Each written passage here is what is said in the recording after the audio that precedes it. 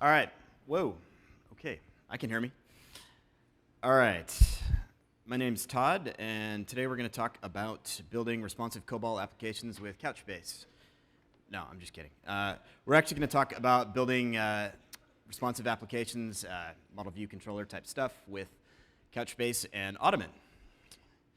And why would we want to do this? What's the background? What's driving this? Why do we come up with this? Well, let's take a use case and walk through what that means. So let's say we have a motorcycle shop. They want to build a new inventory control system. One of the things it's got to do, it's got to be easy to integrate with other systems. It's got to be rapid deployment, and maintainability is essential. And the most important thing is we've got to work less and we've got to ride more. So in doing that, some natural things come to mind. Node.js and Express. Super easy to get started, super easy to build things, well supported with Couchbase. And on top of that, we have Ottoman. Well, we'll talk about what that is in a minute. And we have the Node.js SDK. And when you put those together, it's a really, really simple component model. What is Ottoman? Ottomans are ODM for Node.js, something that Brett Lawson, our architect for Node, came up with, and allows you to work natively in objects. So you're not working, building all the things that we hate doing over and over again. It allows you to rapid prototype. Whoa. Sorry. I'm here all week. Try the veal. Let's see. Anyway, set this up here. Still on? Yeah, cool. And basically let somebody else handle all the heavy lifting and all of the things that we find really mundane. So one of the things with that I like to talk about that we'll show some examples of, it allows us to do, there's a bunch of well-supported data types to start with. We can do custom data types if we need to. We can do custom verifiers.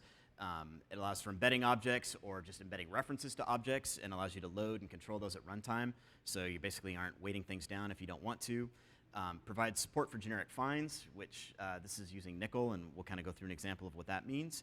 And it supports multiple strategies for indexing and allows you all the other great stuff. And the best part of it is, it's awesome. So when we talk about a service-based architecture, this is what looks like what we're going to build. So basically, just a REST API that we're all really familiar with some basic CRUD type methods on there. And it allows us to be completely decoupled from the front-end framework in a really simple object model. For this example, we're just basically going to have 3 object types, which are bikes, customers, and employees. And if we look at this, if we were going to build this to start with, it's kind of hard to see up there. What this is in your package.json file, if you built a Node application, these are the 4 components that we basically are going to base everything on. Really simple. This is all checked in GitHub. You can kind of download and start playing around with it if it's something that interests you after this. And what this means, if we look at, you'll see on the left-hand side where we have our application layout and the folder structure of what we have there in the hierarchy. It's really simple. Basically, we have our schema, and within there, I basically put a model and put all my objects that we defined and talked about earlier. You'll see the bike, the customer, and the employee object, and then we basically have our database module, and then we have basically the app module that controls how everything runs. We've got a route directory with some predefined routes in there that I put in, and then our package.json file. And the way Ottoman works, it's really simple. As long as you put a reference to it to start with, you'll see here where I have instantiate Couchbase and Ottoman at the top. As long as I have that and require Ottoman, and then I build my cluster object beneath that, and then the really clever bit is where I say build my schema from my model files. Whenever I start my application up or anytime I want to change that, when I require these, it basically handles all of the indexing and all the things that I'll need to do for any of my model integrity or anything that changes there. It handles this on the fly dynamically. So you can start and stop the application. You can make changes if you need to. It's all really dynamic. And then basically when you do ensure indexes, that's the step where all the magic happens. So from an IDE perspective, I'll just show you a really quick kind of what this looks like, what a bike object looks like, and we'll go through what the components are. There's nothing worse than walking through a bunch of code. And basically, you'll see here, this is our bike object, and it basically has something called Ottoman model, which we'll walk through that, has some indexes that get defined, and then just a couple of exported methods that are down below that we'll use with this module in the future. And if we jump back over the presentation and what this looks like. Again. So first thing is, in every one of my model files, which in this case we're going to go over bike, you'll see that there's a require for the actual database file, or the database module, and this is what has my reference to my specific Couchbase instance. And in addition to that, you'll see Ottoman, which is I actually need to use Ottoman. So that's the first step. Second thing is I actually define what my model is. And in doing that, I'll say, I basically create, in this instance, I call it a bike model. And this is just what I can use within the particular module before I export it. This is where I actually define what it is. And anytime I see that uppercase bike in the future, when I've exported that out, that is a new instance of this particular model. And within there, there's several fields that I've got defined. And what you'll see here, these are shorthand, where we've got string and integer, date, and there's a couple other types that we have defined that you can read about in the documentation. And what this is this is a shorthand for doing something like this, where I say type string, which it also supports. But in this example, and these two, for stock ID and acquired on, I actually make those automatically populated fields. And I also make the stock ID read-only, so it's something that doesn't get changed in the future. So you have the option of basically, in this case, using the predefined data types, defining your own, or using even custom verifiers and making things read-only or automatic. There's a lot of flexibility. And then lastly, you'll see at the bottom where I have photos, type string, it does support arrays, and as well as arrays of objects. So this section, which was a little bit further down in our bike module and our bike model file, basically has all of the rides that a particular bike has been on, and the sale, if and when the bike's sold, who sold it, who bought it, etc. So very simple. And what's neat about this is these two under rides, where we have customer and employee, if you look on the left-hand side, those reference other models. So where I have customer and then I have employee as a reference, basically those only get loaded, just a reference to those particular objects. Objects are stored as in the field as a subtype under rides. And this is very powerful because I don't have to basically nest everything under there if I don't want to. I still have that option to doing that. We do support being able to do this with nested objects as subtypes, but it makes it really, really easy to control what you load at runtime and what you want to present back to the application. This is the part that I really like. That's my favorite part of using this, is the indexes. So within each model, you can define predefined indexes. And what this sort of does, index is a little bit of a misleading term. It basically says it does two things.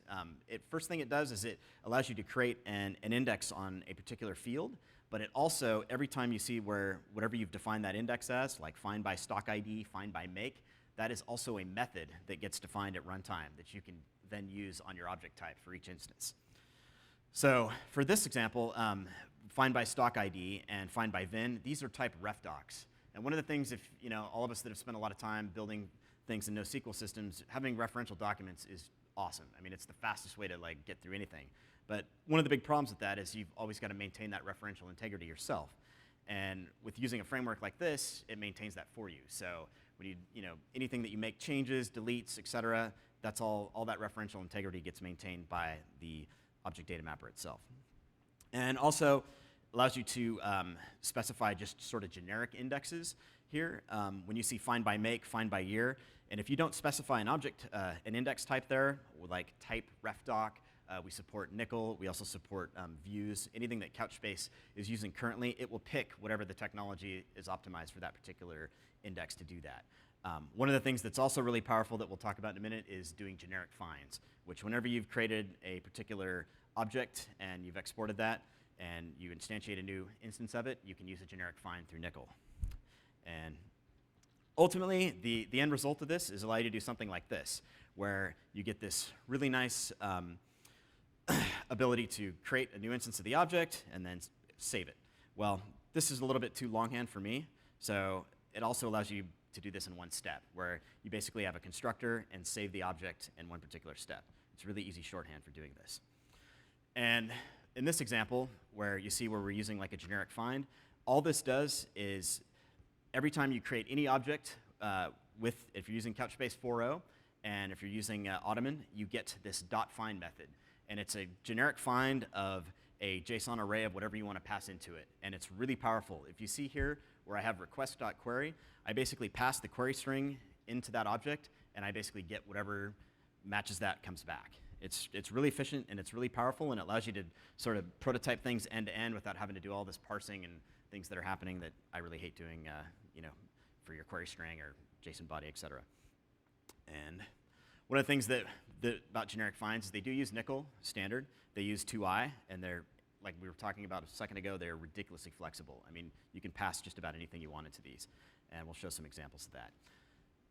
A little bit hard to see, but I'm just going to go over one of the routes that we have defined here. So another way of doing something very similar, but if you want to define one instance, like if I have a method that I want to hang off here in my REST API called find1, and I want to look for a particular ID, but I don't know if someone's going to pass a stock ID or if I'm going to have somebody pass in a VIN ID, I can basically handle this within the same function by doing something like this. I basically just look, and if you notice that find by stock ID, that was one of the indexes that I defined on my bike model earlier. Now that's available to me as a method to use, and boom, same thing. So really fast, allows me to build things really quickly and be able to query and get those things back and use a lot of the technology that we're talking about with 4.0 and leverage it in a very efficient manner.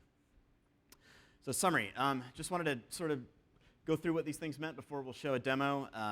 It allows you to work natively in objects. It allows you to really rapidly prototype, let somebody else handle the mundane stuff. Supports all the existing data types that we talked about and some custom validators on top of that, and allows you to embed versus reference or do both. It provides supports for generic finds, and then there's multiple strategies available currently for indexing, and there'll be more as more come along.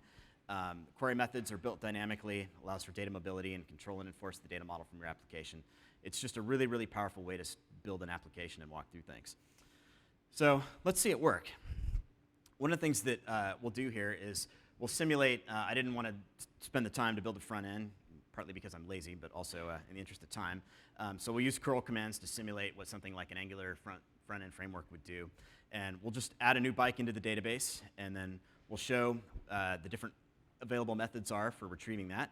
And we'll basically add a customer, show the methods for how we can retrieve that, and add another customer, and again, just so we can show some differentiating things there. And then we'll add an employee, and then we'll create some test rides for that particular bike that we added before and show the flexibility of the data model and how we can get that back.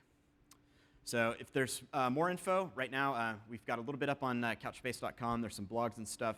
We do have the domain Ottoman.js, which is pointing to GitHub, which we intend on once we march to release, which is sometime probably currently slated for August for GA, and at that time you should be able to see all the full documentation and everything else. But in the meantime, if there's anything or any questions or whatnot, feel free to either email me or reference ottomanjs.com. So let me show you. Let's start this. So first thing we'll do is we'll start with a generic blank instance of Couchbase. And all I've done here is run the executable, went through and allowed it to have all three services available to me, which is the indexing service, the KV service, and query. So I'm going to go ahead and log in here. And if I look at data buckets, I don't have anything defined here, so I'll just go ahead and create one really quick, and we'll call it Bike Shop. And since it's running locally on my Mac, I don't really need to have any replicas available for that since it's just a single instance. And I want to make sure I have the ability to flush. We'll go ahead and create that. Give that a second to create. And now, back to what I was saying before in our code, as soon as we start this up, the first thing I do from inside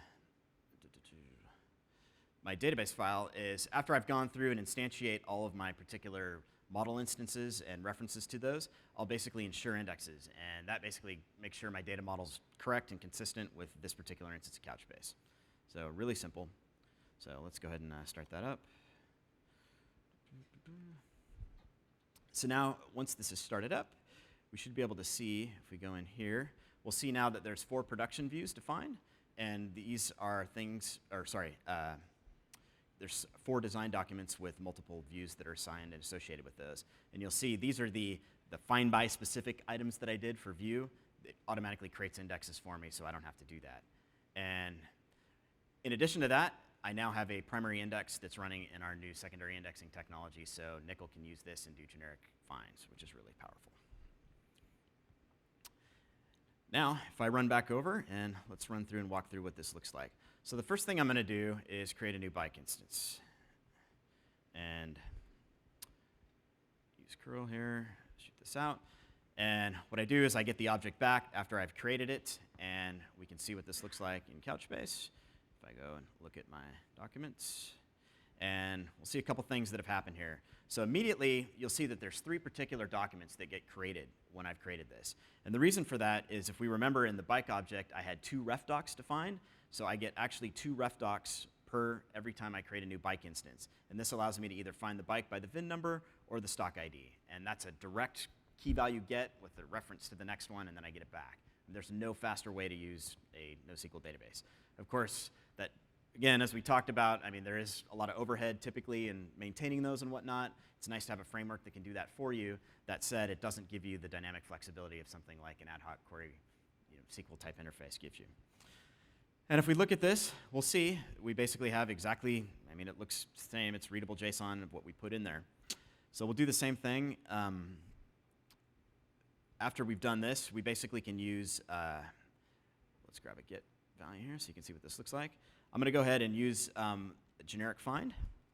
So if I pass this back and I say find by a particular VIN ID, this is a generic find using nickel. And I can do that exact same statement using find. I think it's, let me make sure I got an instance of that. I can do find by VIN. I should be able to get that.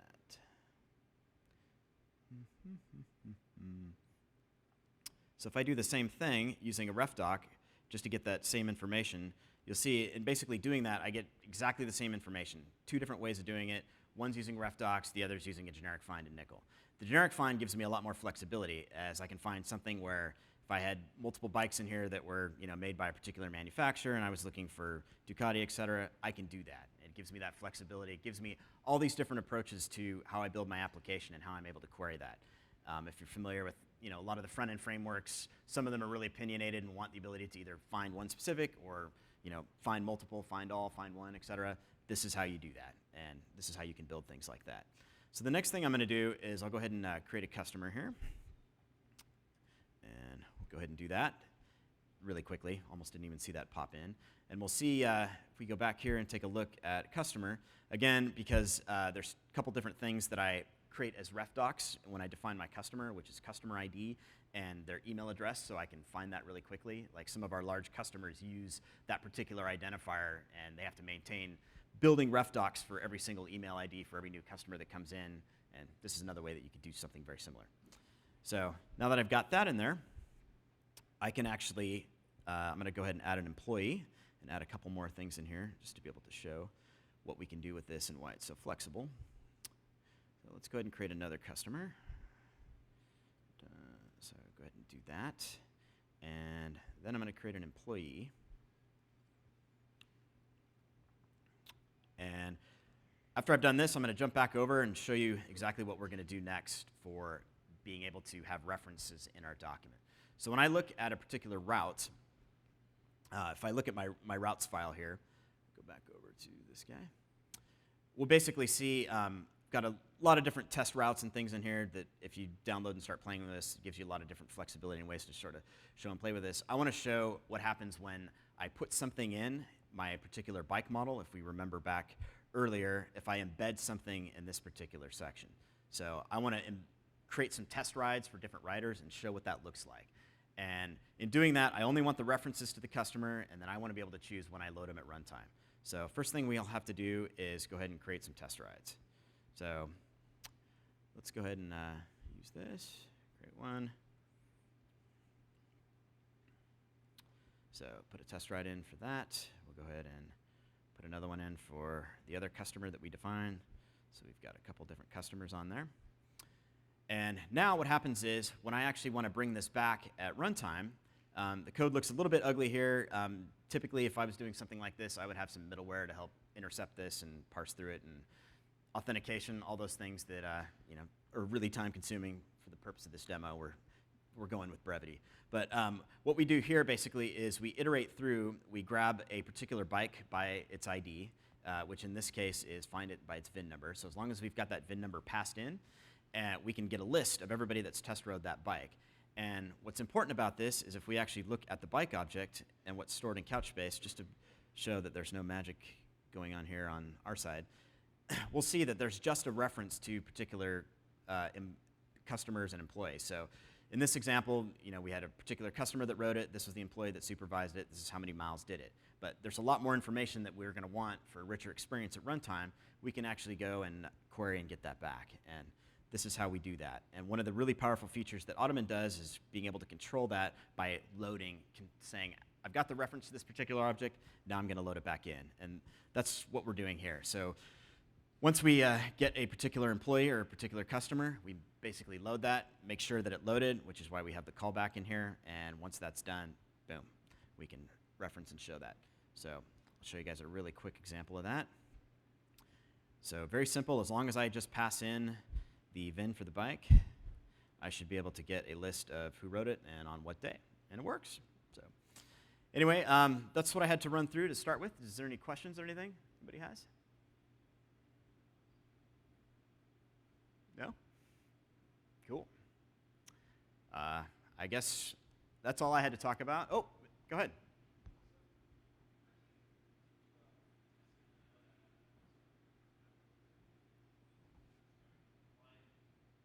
Sorry, let me probably take that with me, won't I? Yeah, go ahead.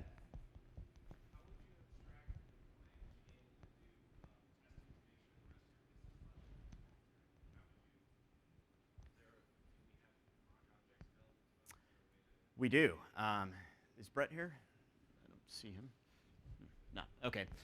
We have invested a lot of time in building a mock instance of Couchbase to allow you to do unit testing from that side. And as far as the question was, how do we ensure our business logic gets maintained throughout this, whether using a mock instance of objects or there's a couple ways you can do that. Probably our unit tests would be a great place to look and start and see how we maintain referential integrity and how we test on that. Most of the tests that we have are based around testing that logic and ensuring consistency, ensuring deletes. A lot of it's around ref docs because, I mean, it is powerful and it's great to have that, but when you delete things, if it still references things that aren't there, it's going to break the logic. So there's a lot of tests around that. As far as a specific API for testing those things, we don't have one. That's some good feedback and something that we should probably look at investing in down the road. Yes?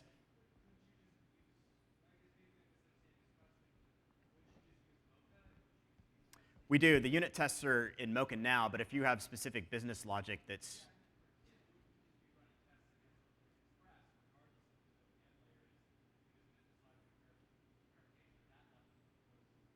Sure. I mean, you could do that, but...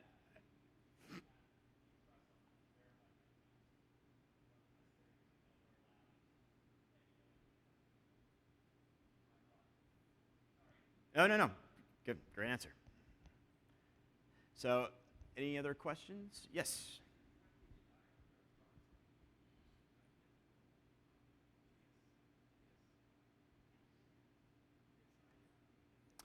Good question. So the question was, do we have to rely on ref docs or using GSI?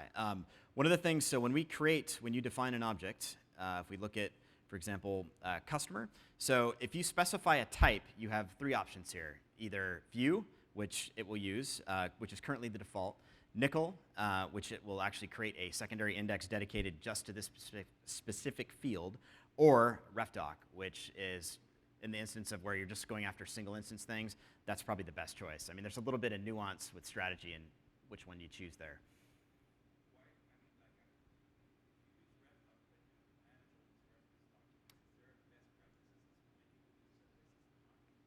Yeah, so the question is, do I have to manage, or I guess maybe one of the things about this that we've invested a lot of time in is if you're using ref docs and you know like something like an email address, if there's changes and things that you make to that, the cascading updates work. I mean, we've invested a lot of time into that. It's hopefully one of the strong features of using this. As far as best practices and which one to use where, things that are single instance, very speed oriented, very unique identifier, social security number, phone number, et cetera, those things make sense to use as a ref doc. Things where you're grouping or aggregating makes a lot more sense to use something like a view or a global secondary index for speed or the ad hoc nature of it. Yeah. I do. It's, let me, I will share that out. It should be, yeah, it's should be me. All right. Can you guys see that? Can I make that bigger? Cool. What's that? Oh, presenter? OK. Yep, sure. Hopefully we can see that a little better. Cool. I think that's, yeah, it should be checked in, and I'll put some other docs and stuff up with it now, but the code itself should be there.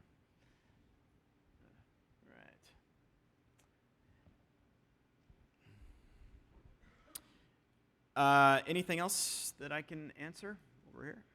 Yeah.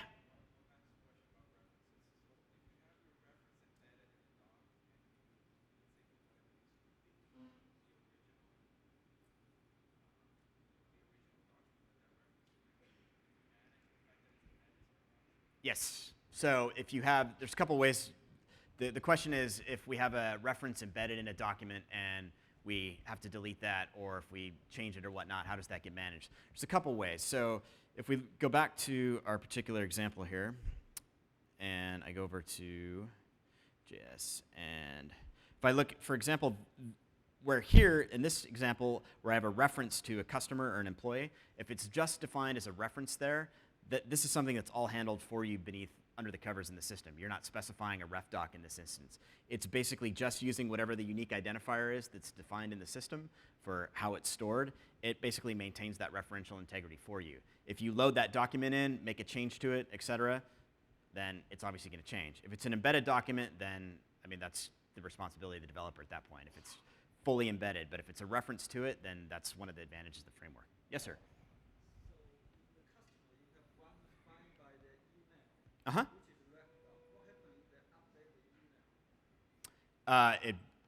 So in that example, it would basically update the ref doc as well. So if you change the email address for that particular person from the API and then you save, then it basically will save that ref doc as well. So it completely updates that for you. All right. That's all I had to talk about. Thank you. Give you 15 minutes of your life back here.